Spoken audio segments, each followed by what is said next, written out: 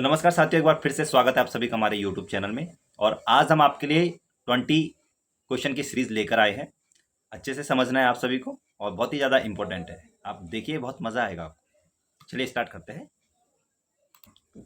और आप सबसे यही कहना चाहते हैं कि जब हमारी इच्छा होगी मतलब क्वेश्चंस बनाने की, तो अच्छे से अच्छे क्वेश्चंस बनाएंगे और आपको प्रोवाइड कराएंगे वीडियो के माध्यम से। तो आज इन प्रश्नों को देखिए आप। तो देखिए, जब भी गुफाओं के बारे में पूछा जाता है कि अजंता में कितनी गुफाएं हैं, तो सभी को पता होता है या 29 होता है या 30 होता है, या बादामी में कितनी है, 4 है। सीगरे की बात करते हैं तो 6 आ जाता है, और एलोरा की बात करते हैं तो 34 आ जाता है। अब यहीं पे क्वेश्चंस बनते हैं कि कालरे में कितनी है, भाजा में कितनी है, उदयगिरी में कितनी है, पीतलखोरा में कितनी है। तो यहाँ पर थोड़ा कन्फ्यूज हो जाते हैं। तो बहुत ही ज़्यादा इंपॉर्टेंट है, मज़ा आएगा, देखिए आप है। तो पहला प्रश्न यहाँ पर है, कालरे में गुफाएं कितनी गुफाएं? तो 4 गुफाएं हैं हमारी कालरे में। चैत्य की बात करते हैं तो यहाँ पे 1 चैत्य है, और बिहार की यहाँ पे बात करें तो 3 यहाँ पर बिहार गुफा है। कहाँ पर स्थित है?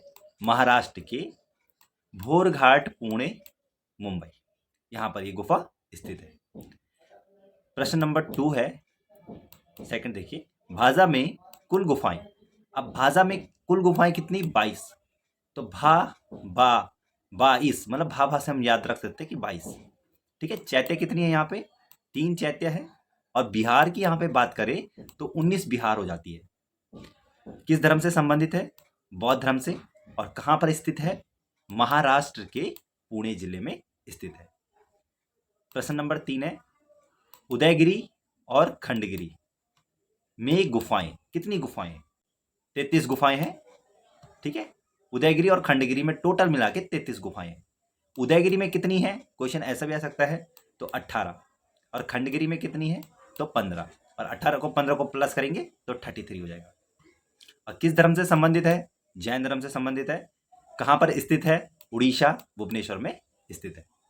नेक्स्ट है चौथा, पीतलखोरा में कुल गुफाएं। पीतलखोरा में कुल गुफाएं कितनी है? 13 गुफाएं हैं। किस धर्म से संबंधित है? बौद्ध धर्म से संबंधित है, और महाराष्ट्र के औरंगाबाद में स्थित है। नेक्स्ट है पांचवा, देखिए, उदयगिरी गुफा कहाँ? अब देखिए, ये दूसरी वाली उदयगिरी है। एक तो उदयगिरी खंडगिरी है, अब एक सिंपल उदयगिरी वाली है। तो ये उदयगिरी आपकी अगर सिंगल पूछी जाएगी तो मध्य प्रदेश आ जाएगा। कहाँ पर स्थित है? धार जिला में। और गुफाएं कितनी है इस पे? 20 गुफाएं। उदयगिरी खंडगिरी पूछा जाएगा तो भुवनेश्वर उड़ीसा आएगा, और उदयगिरी पूछा जाएगा तो मध्य प्रदेश आएगा। ये आपको याद रखना। यहाँ पर हम बहुत ज़्यादा कंफ्यूज हो जाते हैं, तो हमें कंफ्यूज नहीं होना है। नेक्स्ट देखिए, छठवां, बौद्ध धर्म किसके काल में 2 भागों में बटा? तो बौद्ध धर्म 2 भागों में बटा था कनिष्क के काल में, हीनयान और महायान।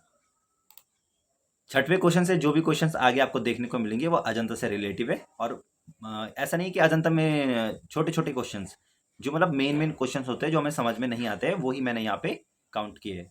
तो यहाँ पर आपको मैं वही बताने की कोशिश करूँगा।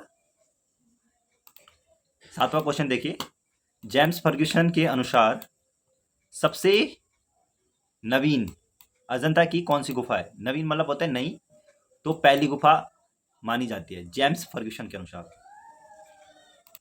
8वां है, ग्रिफिथ्स ने अजंता को 7 जिल्दों में प्रकाशित किया। जो ग्रिफिथ्स थे उन्होंने क्या किया? अजंता के चित्रों को 7 जिल्दों में तैयार किया था। तो वो कब किया था? 1896 ईस्वी में किया था। तो इन्होंने क्या किया? 2 प्रकार के सेटों में इनको प्रकाशित किया। नंबर 1 हो जाता है आपका the painting of Buddhist temple Ajanta, और नंबर 2 होता है आपका खान देश इंडिया। ये 2 प्रकाशित किए थे ग्रिफिथ्स ने। 9वां है यहाँ पे, इंडियन एंटीक्यूरी नाम की शुद्ध पत्रिका प्रकाशित की। तो किसने की थी? तो वो थे आपके जेम्स वर्गीस। 1874 ईस्वी में उन्होंने प्रकाशित किया था। नेक्स्ट है 10वां, लंदन से अजंता फ्रेस्को में प्रकाशित हुई। मतलब अजंता को लंदन से फ्रेस्को में प्रकाशित किया गया था 1915 ईस्वी में। 11वां है, अजंता को राष्ट्रीय स्मारक घोषित किया। तो 1951 ईस्वी में इसे राष्ट्रीय स्मारक घोषित किया गया था? 12वां देखिए, अजंता को यूनेस्को ने विश्व धरोहर की सूची में शामिल किया? तो 1983 1983 ईस्वी का राइट हो जाता है।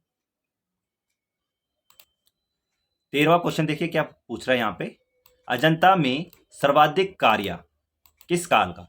तो वकाटक का सर्वाधिक कार्य हो जाता है। और यहीं पे आपको 14वां क्वेश्चन में देखने को मिलेगा कि अजंता में सर्वोत्कृष्ट कार्य तो किस काल में हुआ था? गुप्त काल में हुआ था। देखो सर्वाधिक की जब बात आ जाती है तो आपको वकाटक सही करना है, और जहां पर आपको सर्वोत्कृष्ट पूछा जाएगा अच्छा कार्य, सर्वाधिक मतलब होता है ज्यादा और सर्वोत्कृष्ट मतलब होता है अच्छा, तो अच्छा कार्य आपको गुप्त काल में हो जाएगा। 15वां क्वेश्चन देखिए क्या पूछ रहा है, सर्वाधिक जातक कथाओं का अंकन अजंता की किस गुफा में है? तो 17वीं गुफा में सबसे ज्यादा जातक कथाओं का अंकन हुआ है, और 17वीं गुफा को चित्रशाला भी कहा जाता है, और सबसे ज्यादा चित्र भी इसी में देखने को मिलते हैं। 16वां क्वेश्चन यहाँ पे पूछा जा रहा है कि अजंता की सीमा रेखा बनाई तो किस रंग से बनाई गई थी? तो यहां पे रंग हो जाता है लाल गेरू रंग।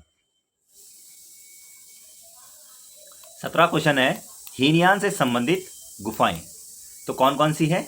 6 प्रकार की गुफाएं हैं हीनयान से, और वो हो जाती है आपकी 8 से 13 तक, मतलब 8 हो गया, 9 हो गया, 10 हो गया, 11, 12 और 13, तो मतलब कितनी गुफाएं हो जाएंगी? 6 गुफाएं हो जाएंगी।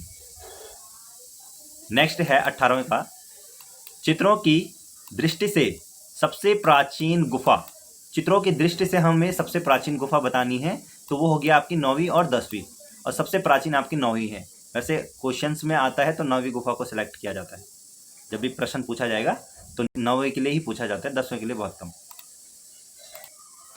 19 का देखिए नेक्स्ट, बिना चित्रों की दृष्टि से सबसे प्राचीन गुफा, बिना चित्रों की बात कर रहे हैं आप, तो वो सबसे प्राचीन हो जाएगी 13वीं गुफा। 20 का देखिए, चित्रों की दृष्टि से बात होगी तो 9वीं 10वीं है, और बिना चित्रों की दृष्टि से होगी तो 13वीं गुफा हो जाएगी। तो नेक्स्ट है, अजंता में क्यूरेटर की नियुक्ति व उनका नाम, मतलब नाम क्या है, उनकी नियुक्ति कब हुई थी? तो 1908 ईस्वी में हुई थी। उनका नाम था नारायण एकनाथ। तो क्यूरेटर का नाम क्या था? नारायण एकनाथ, और 1908 ईस्वी में इसकी नियुक्ति हुई थी। तो ये थी आज की वीडियो हमारी, जिसमें हमने 20 प्रैक्टिस सेट के बारे में बात की, और इसमें अजंता से रिलेटिव आपको ज़्यादा क्वेश्चन देखने को मिले।